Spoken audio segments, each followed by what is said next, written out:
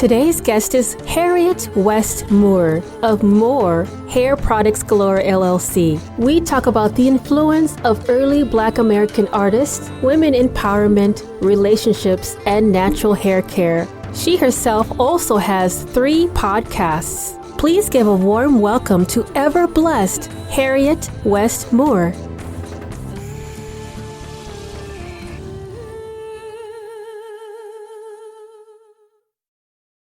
Hi, Harriet. How are you today? I'm doing well. How are you for Friday? Thank God it's Friday. Yeah, exactly. So far, so good. Yeah, I was just looking at all your, my gosh, I love your podcasts. Like there's so much that I can explore. There's different nuances that I will enjoy on my leisure time, because I think usually I'm able to listen to podcasts while I'm driving at night or so that's my thing. But yeah, you are on my list now. That's for sure. Well, thank you. I appreciate that. I really want to dig into, pick your brain on a lot of things that are kind of like in the way I was brought up. It's not taboo. It's something that was never brought to my attention in knowledge for a person of color, a woman of color. Mm-hmm. I'm mixed race. So it was really hard for me to talk about hair to someone who knew what hair it does to our identity and to society. So exactly. But I wanted that is a very good topic. Yeah. And I think that was one of the things you wanted to discuss as well. But I also had a couple of other organic questions that I wanted to share with you. You wanted to talk about music genres that are influenced by early Black American artists, women empowerment, relationship, natural hair care. So that's like win-win-win for me, because I need a little enrichment in my history. I was raised Latina, so I had a very minute information from my father's side, which they are the Black side of the family, and my mother was the Mexican side of the family. So I didn't have all that, and I feel like I've been neglected of understanding my history of who I am, where I come from, how to be a strong woman. Yeah. I had to learn from trial and error. Right. So I'm not sure about your history, but I know you'll probably tell me, girl, I cannot wait. It's always a challenge when you are, biracial. My husband is biracial. His mother is white and his father was Black. And he basically grew up white until, it's very complex. It's very complex because you can get it, the racism or from both sides, I mean? And it's just, I don't know. Yeah, it's hard because I was actually watching something. I think it was on Netflix. It was called Passing. And I'm not sure if you've seen it or come across it or anything, but it's an interesting story about a woman who, the identification of a woman who is considered passing for white. They would call them passing. So her journey, I was like, oh my gosh. And I think there was another, this kind of caught my attention. They had referenced that when it comes to being of mixed race, specifically, like if you are Black and white, why do they identify the child to be Black and not white? That's a good question. Very good question. And I was like, that's intriguing. Like, I never really thought of that. Do you have an idea? I know we're probably going to get deep into this. So, yeah. I think, I'll tell you on a personal note, I have a cousin who's, they always say you go by the father. And if that's the truth, then my cousin should be considered white because my cousin's father was Irish and, my aunt is Black. So, but because of the, one drop Black rule, you're considered Black. Right. That's something I don't know if it's because of the features of Black are so, can be so dominant to where, you take one look at a person, whether they're mixed or not, and you can see that there are some Black features in them. So I really don't know how they justify, the one drop rule, or is that, because like I said, if it's from the father genetically, then, those who have white fathers that are why aren't they considered white? Exactly. Yeah, because I mean, and that's what I've combated with law enforcement, or even like the Department of Motor Vehicles. Mm-hmm. They would automatically, because of my father, they would automatically put on my record or on the system Black female, even though I was raised Latina. I wasn't considered Latina because of my father. And I'm like, why do we have to go through all that when I specifically tell them at the, when I register my driver's license or whatever the information they have, why do I have to go through that and say who I am? It's because of that. And I'm like, I was not brought up by my dad. Yeah. He's not even in my life. He like you just said, like, it's our Irish father. With a Black mother. So like, dude, it's just like something I really need to pick someone's brain on. I mean, that's going to take me a whole day of just conversating with somebody and be like, it's all about how society sees you. Exactly. And exactly. That's unfortunate that, why can't you just see me as human being? Right. Why can't you see me as a successful, powerful individual who is striving to become something to help other people? It's not that. So I'm done with this color thing. I am. I'm over it too. I mean, it's and then don't get involved with the colorism. That's a whole nother. Oh yeah. Oh, that's. Okay. Yeah, we don't want to talk about it, but I'm just going to throw it out there because I think I understand what you mean by colorism. So within the race, there is racism. So I had that. I was too dark to be with a Mexican community or a group of people who were Mexican, but I was too high yellow to be in a Black community because I was considered the girl with the good hair or, the yellow skin. And I was like, dude, what the heck? Where am I supposed to go? So I converted this to say, I'm making my own circle, the circle of Jasmine. Jazzism is my own circle of whoever wants to join me, so be it. But that's just, that's like a caste system in a sense. It is. That's exactly what it is. Caste system that I've talked with people who are from India and people who are from Africa, people from China. They have the same type of level of caste system, but they have it in a different way. Yep. And it's like, enough already, y'all. Yeah. Come on. Don't you find something more productive to do in your life? I know. It's, you would think in the 21st century, we would be, done with all that. But no. Yeah, someone needs to come in and do like MIB and just like flash the mind eraser and just have all of us have blank minds and just look at each other like, oh, you're cool. Can I hang out with you? Right. Enough of this. Right. And I'm glad that we're talking about this because it kind of opens up to the whole ordeal of the history of, do you know how many times we've had in history how we've changed the way we identify a community as Negro, Black man, Afro-American, Black American, colored. Like what is considered, okay, so I'm just going to say my brown sisters and brothers, how they...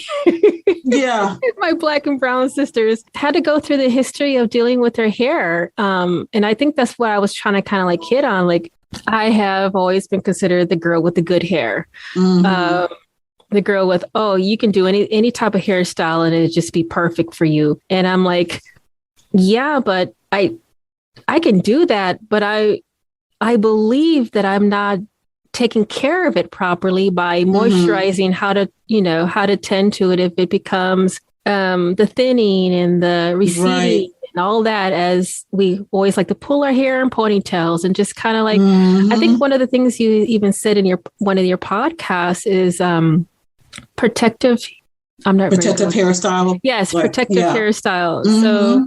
So coming from my side of the fence, I've heard it so many times, but I just thought that it only was at a place that pertains to only the darker or kinkier hair and complexion. Mm-hmm. I literally just like grab the most cheapest shampoo, maybe put something in there that's definitely not for my hair, just to do it because it's too frizzy. It's uncontrollable. Put it in a ponytail. Don't want to do anything with it. And I leave it in a ponytail, which actually makes it worse. Mm-hmm. So, like that needs to be talked about. Yep. It isn't, and I think even on another, I think it's either the same podcast or another one that there was those different types of, what is it, 1C and the hair textures. Yeah. Hair types. And I've heard that, and I've done quizzes on it. I'm like, I must be a 4B, or I'm just throwing a number out there. Right. And this is the type of hair products that I need to use. And I've done so much searching on what is appropriate for my texture, and a lot of trial and error, and a lot of hours of just endless searching for something. And I'm overwhelmed. Like, how do you even begin? How do you even start with that? So it's something so simple. I tell you. Yeah, we haven't even gotten to the part where we have to keep ourselves accepted in society by talking a certain way, walking a certain way, wearing something a certain way, getting the education a certain way, or stay in your lane kind of scenario. But yet we are one, but yet we're separate, kind of a mantra. And it's like, I'm confused, let alone, having to deal with two cultures that I have to understand. It's just like, it's crazy. I'm sorry. I'm talking too much, but no. I mean, this is. I love this type of conversation because it's the conversation that needs to be had. And again, is all the bottom line is how society views people of color. Mm-hmm. If you don't conform to this type of standard, like you said, if we don't talk properly, if we we're considered ghetto if we say our certain lingo, but then within our culture, if we talk more white, as they say, you're too white, you just act like you can't be yourself, right, when you're what I mean, and you're being judged by the dominant society, and you're being judged by your own within your own culture. So it's like catch-22. What do? I mean, how can I be myself? And how can anybody accept me as who I am? Mm-hmm. So yeah, and I've been told many times that like even on the phone when I was looking for a job, they would see my resume. They know my name is out there, my maiden name, my original name. So they would like, she seems so sweet, and oh my gosh, she's highly recommended by so and so. And they finally talked to me on the phone, and they're like, wow, I talk with proper etiquette and with whichever, not using different types of dialects or slang. I mean, which is supposed to be professional. You're professional. It shouldn't be a categorization of this is white, this is black, this is Asian, this is whatever. Right. But I finally walk in the door, and the look at my resume, the look at me, the look at the resume, and they'll literally tell me, you do not sound the way you look. And I had to bite my lip many times to tell them, what am I supposed to sound like? Right. Exactly. Exactly. It's like, I know exactly what you mean. You do not sound the way you look. Well, how am I supposed to sound? Like come in there, be like, what's up? This is professional here. This is a professional environment. Everyone should have that type of etiquette. Right. In regards to that, doesn't matter what your caste or your stature or your rank in things, that's just, to me, that's just common sense. It is. You're in an environment of work, but when you're with your friends, we have our all different dialects, how we relate. So Right. And like you said, I mean, work is work. We have our professionalism. And then, after work, okay, then we can, say the ain't and girl and all that other stuff, within our own stuff. But I mean, a lot of people, even like you said, it is frustrating because when you have so-called professionals asking, saying something stupid as you don't sound how you look. I mean, that right there shows the ignorance of them. Yeah.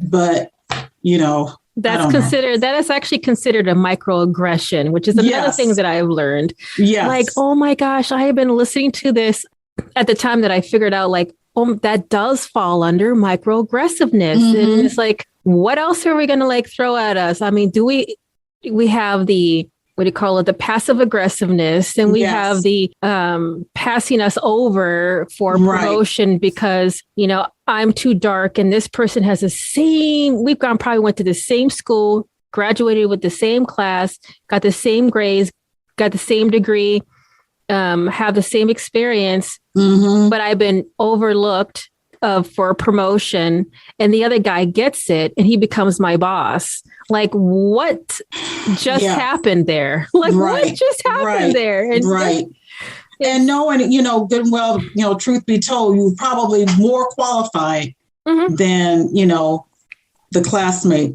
You know what I mean? It's stuff like that. It's very discouraging, which is why, we have the power to create our own destiny here, create our own businesses. If you can't accept us for who we are, then, we know what we have inside and what we have to offer. So, sometimes you have to step out of that comfort zone of working for somebody else and just start working for yourself, and which hence is what I'm trying to do now. And I completely agree. I am so done with the workforce sitting at a desk. I mean, the closest desk that I'm sitting at right now is in my home as I'm speaking to you. That's as good as it's going to get, you know? And I'm glad that we're able to share that, because that's pretty much how your thoughts, your journey for your business, as well as you also have a podcast out there that kind of dibbles and dabbles on some of the subjects that we just referenced to in this needed deep down discussion that everybody needs to get into the tea of what is going on here with women of color and people of color, and just in general, the types of struggles we deal with in society and economics, in our own family, in our own backyard with our friends and acquaintances. People don't understand how crazy it is that what we have to go through. And people are like, oh, well, that's all in your mind, and you're making a big deal out of it, kind of a mentality for someone who's looking on the other side of the fence. Right. So they say, well, that's, you're just overreacting, or because that's how society looks at women of color, men of color,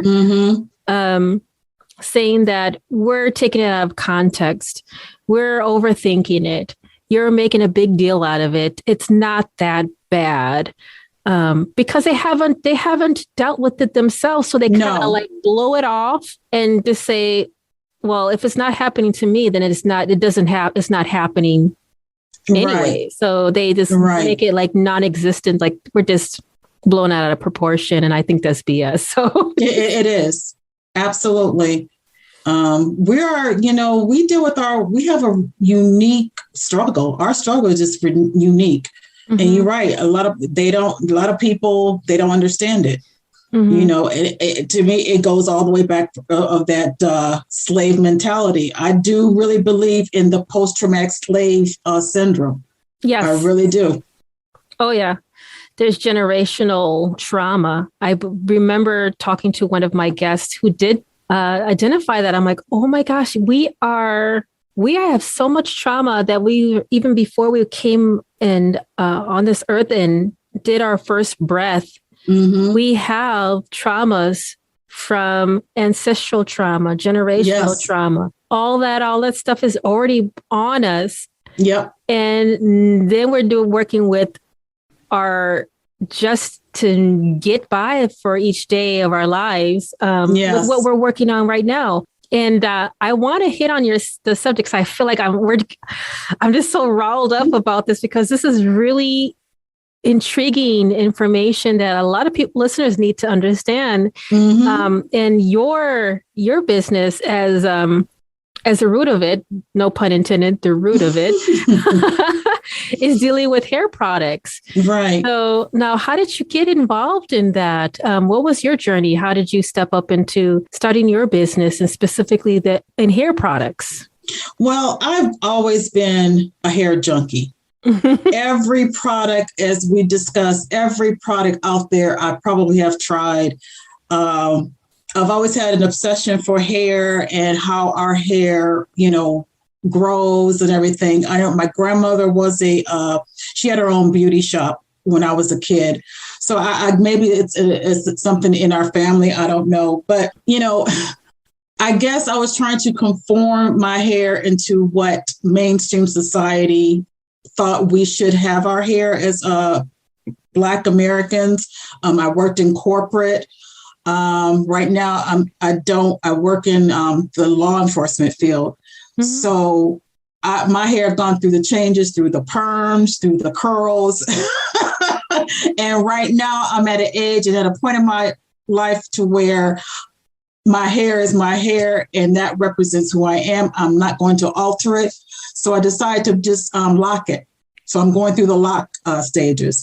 And as far as products, I've always been interested in the chemicals and what goes into our hair to make, all these different products that are marketed specifically for people of color, because we are their biggest consumer. And so I wanted to create my own product after I started learning and researching about some of the chemicals that are not good for our types of hair. So I wanted to try to make my own. And, I'm dibbling and dabbling. That's basically how I said, well, why not? Everybody else is, putting their brand out there. Why not, see what I can do? Because I think more of the natural ingredients, we come from, from our culture is more, based out of natural ingredients anyway. So why not go back to the basics?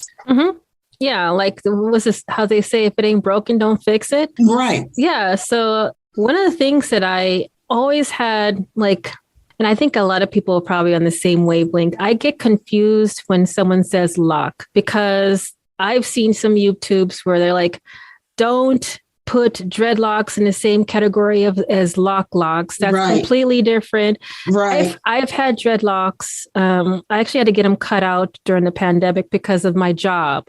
I always wanted dreadlocks, and I'm thinking, was that the right thing to do with my hair? I love them. I love the journey. I had them for almost 3 years, and they grew just down the middle of my back. It was beautiful. I could probably show you some pictures, but yeah, I would love to see that. But I completely understand when, if it ain't broken, don't fix it. And if you think about the history, a lot of the ingredients that are in salves and different medications come from Mother Earth. Right. How do they create the different colors to dye clothing? That was from berries. That was from, mixing an insect that has a particular color that blends with the mud or some type of mineral. Like the same thing goes with our skin and goes with our hair, because we are Mother Earth then put it on these natural things just for us to kind of oh, that's nice, and keep walking. Right. Right. That was there for a reason. And it's exactly you having the background of, beauty in the kind of the being brought up. I could just visualize you just watching your Is it your grandmother? My grandmother. Yeah. Yes. You're just looking up at her and just in awe, like, yeah, I want to be her. Like when I grow up, I could just feel like you were just, your path was etched for you to have a goal, a passion, a journey to, you probably didn't even know it at the time, but to find yourself, to find who you are, your center in your history is enriched with like things that we don't know until like you become today's old. It's like, right. Oh my God, now I understand why I got into the hair products. Exactly. That was my goal. So, right. Yeah. Right. So, and I think there was some other things I wanted to ask you here. Oh, yeah. So we were talking about our ancestors or ancestral trauma, et cetera. But I would like to know if you could ask your ancestor 3 questions, what would that be? And I was thinking about that because there's so many things. I'm just a love of history. I just always want to, if I could just, sit and just take myself back in those times of what, our people had to endure. In addition to being Black American, I have Native American blood. And I think I would ask my great-great-great-grandmother, how did she acclimate herself from the reservation into Black, being considered Black? Because on the census back then, you're considered Black, even though she came off the reservation. So I just wanted to know, that would be one question. How did you pass yourself off as Black? Next question I would ask, I had a lot of strong women on both sides of my family. My maternal grandmother, who I just talked to, I had her own business. Now, my great-grandmother, which I had the pleasure of knowing, I'm the 4th generation of women. She came she was a hard worker, Razorback from Arkansas, who had Native blood in her as well. And I just wanted to know how looking back at her life and what she went through, she was kind of a pioneer. So I would want to ask my granny, how did you overcome some of the obstacles as being a businesswoman at a time where, you mostly should have been just a wife and had kids and on the farm. Yeah. It's unheard of. It's very rare. Yeah. Right. And I would, that'll be one of the other questions. The other question would be, how did they deal with the racism? Did they deal with the Jim Crow era during that time living in the South? Mm-hmm. I just want to know how did they survive? Yeah. How do they do it? Like, I've thought about that a lot. Like, I've known a couple of people who are like, oh my gosh, I wish everything was back, 50 years ago when everything was nice. I'm like, no, not for everyone. It was maybe the beauty and the particular attire that they were wearing was beautiful. Like the type, the little skirts and the little jackets that they had, or they had this beautiful flair of design. I would say, yes, I love that part of it, but I wouldn't want to go back 50 years. I probably would not survive because I would not know how did my ancestors do this. And yeah. I'm the same way, being in, our way of thinking now. No, we probably wouldn't. We would be rebels and challenging, the status quo, but they had to do what they had to do to survive. And that's a question I will always want to, how did you do it? Yeah, because I'm thinking you have to think like the opposite.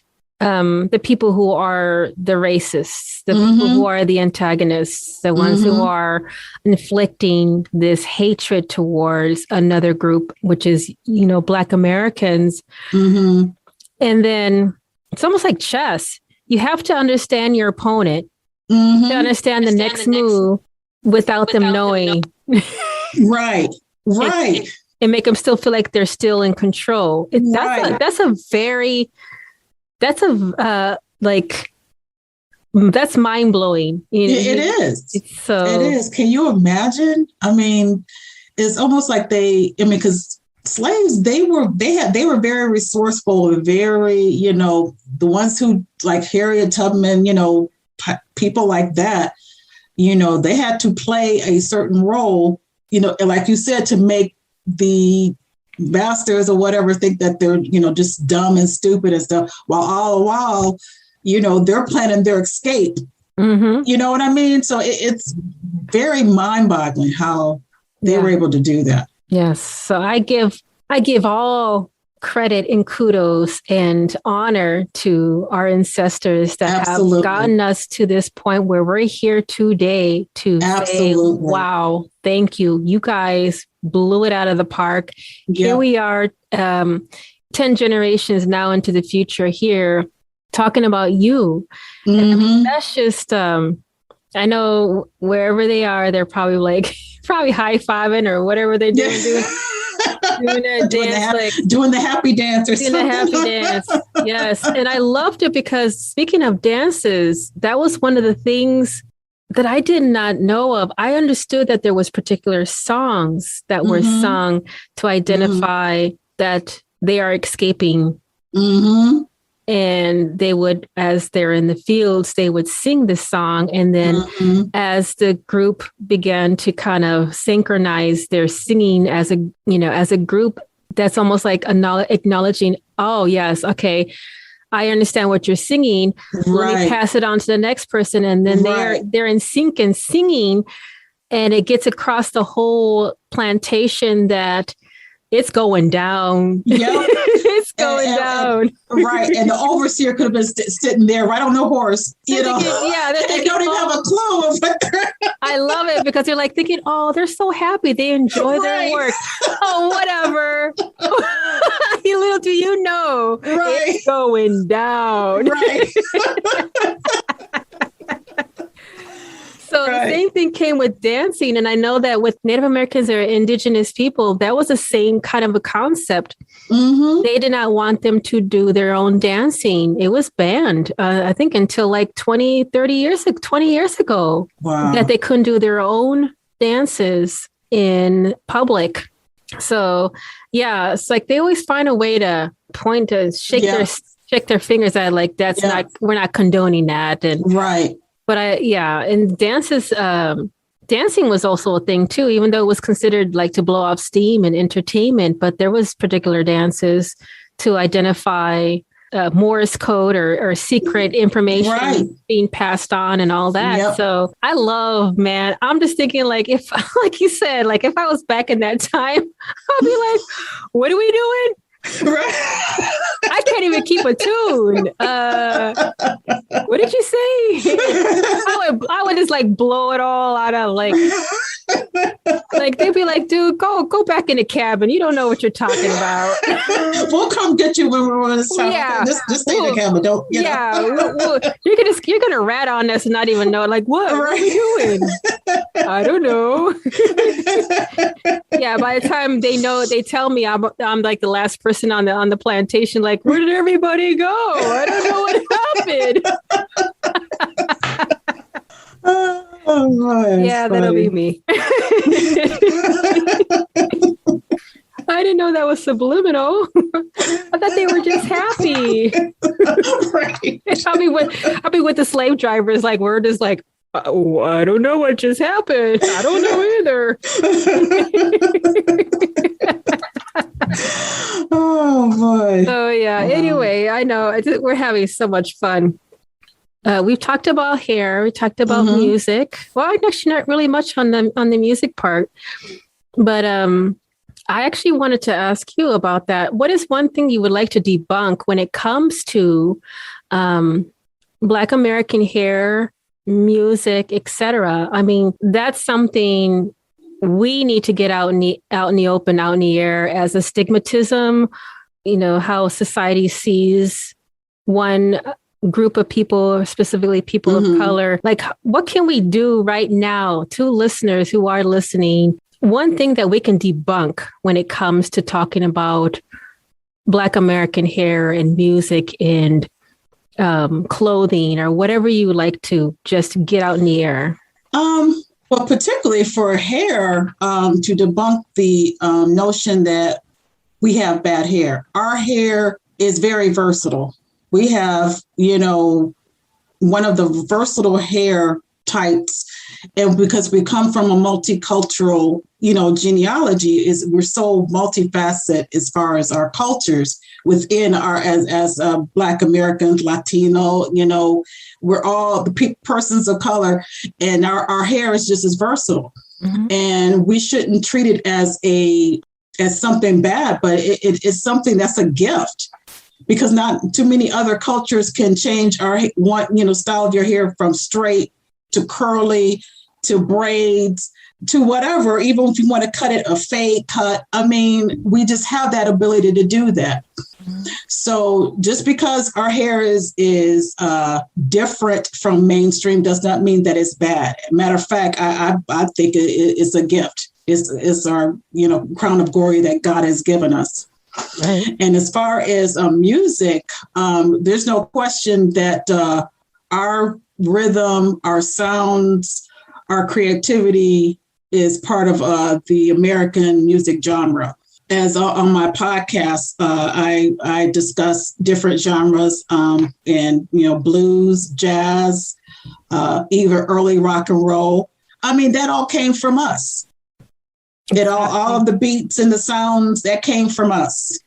So, it's just that other artists and other people, they took it and created to other styles of music, but it came from us. Mm-hmm. So we are very much influence of Americans. We have influenced our hair, our food, our, music. So I just wanted to debunk the myth that we haven't contributed anything, because we contribute a lot. Yes. I mean, I've even found out that rock music was actually created by Black Americans. Mm-hmm. And I'm like blown away again. I should just say, you know what? I should have known that, because pretty much, the only people, I'm going to clip this out, but the only people that have rhythm, hello. Right.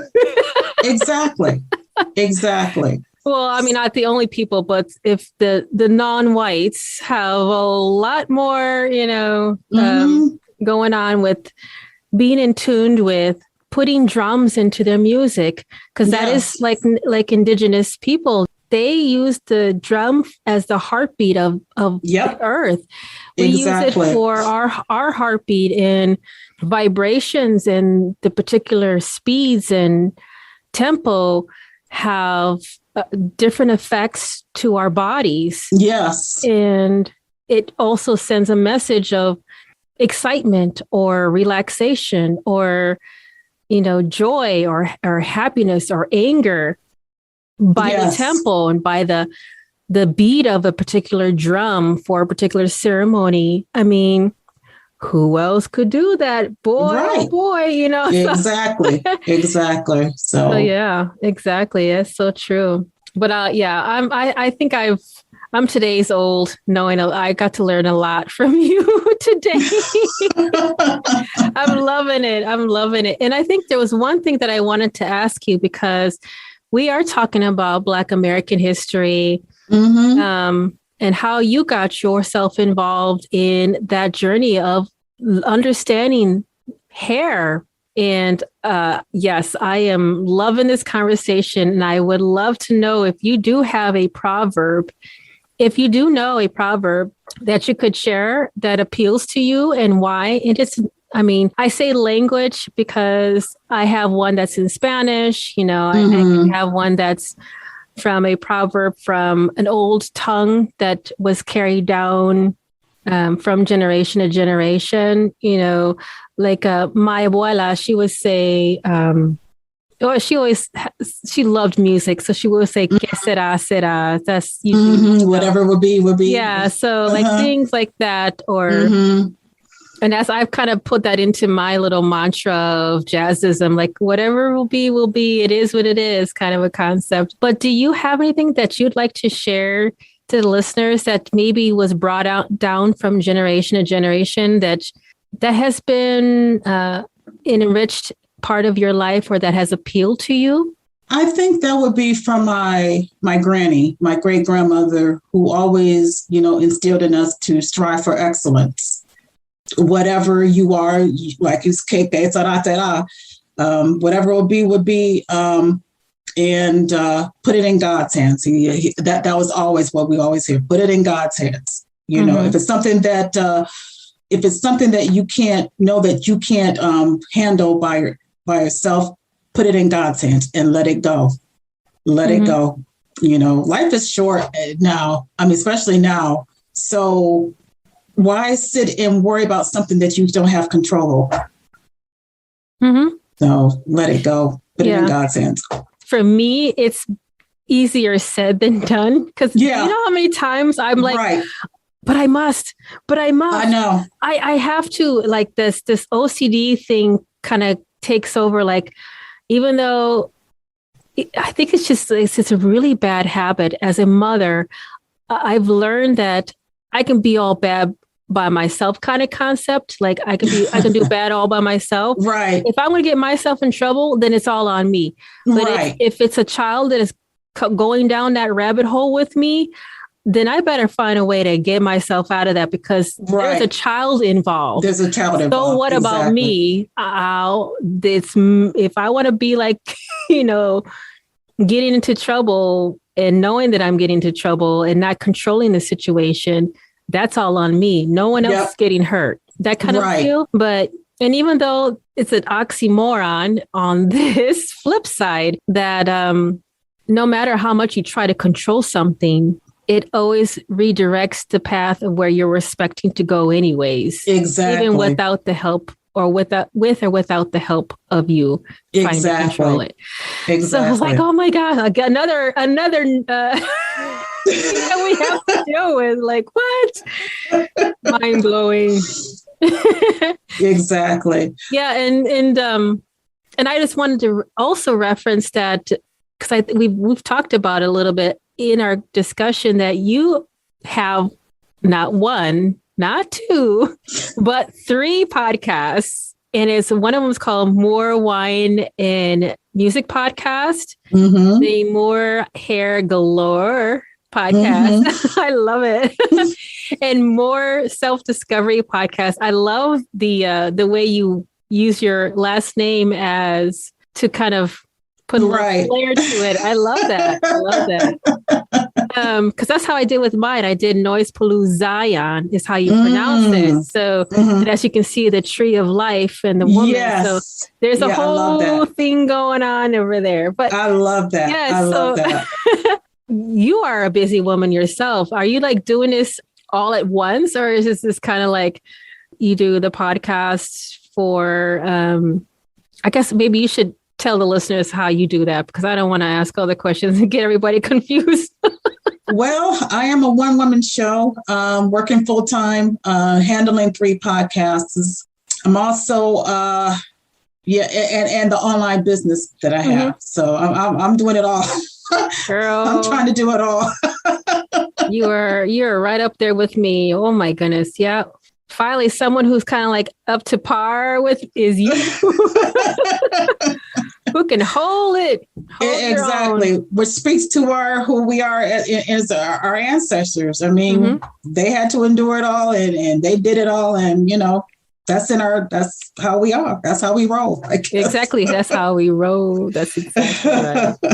Love it. Love it. So I guess in closing, if I've missed anything, would you like to do like in closing, like an afterthought or anything you'd like to share in closing? I just want people to know that love yourself. Don't let society define who you are. Know who you are within yourself. And as far as, and this goes into what my More Self-Discovery podcast, don't worry, because worry is going to worry itself. You don't have to keep worrying along. I created a journal book. This said More Self-Discovery Worry Book. And to just if you need to worry, take that time, specific time in the day, and worry, and just write down what you're worrying about. Let it go, and then revisit it. Because maybe by that time, the next time you go back to it, the problem might be already solved. Mm-hmm. So I just created a book, just a little notebook for people who might be interested to just purchase. It's on Amazon, and it's called More Self-Discovery Worry Book.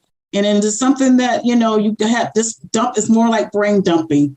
Whatever you're worried about, put it down on paper and let it go. Yeah, and, love that. Yeah, if you could provide me that, I'll put it in the show notes as well. Absolutely. That's cool. Very awesome. I love dump book. Call them brain dump books. Yes. Yes. Yeah, for sure. I think that's pretty much it. Did we hit on all the subjects? I think we did. Yay. I think we did. I enjoyed it. Love the conversation. Love the conversation. It's been an honor to have you, Harriet, as my guest. I appreciate it, Jasmine. Thank you so much. You're very welcome. Yeah, absolutely. You too. Thank you. All right, Jasmine. Take care. Bye. All right, bye-bye. Thank you for listening to Noise Palooza Zion podcast. If you're wanting to share or follow, I am on Facebook, TikTok, Instagram, or website JasmineCastilloVoice.com. Show your love on any of the podcasts that does reviews, like Apple or Spotify. Thank you so much. Stay tuned for the next episode every Friday.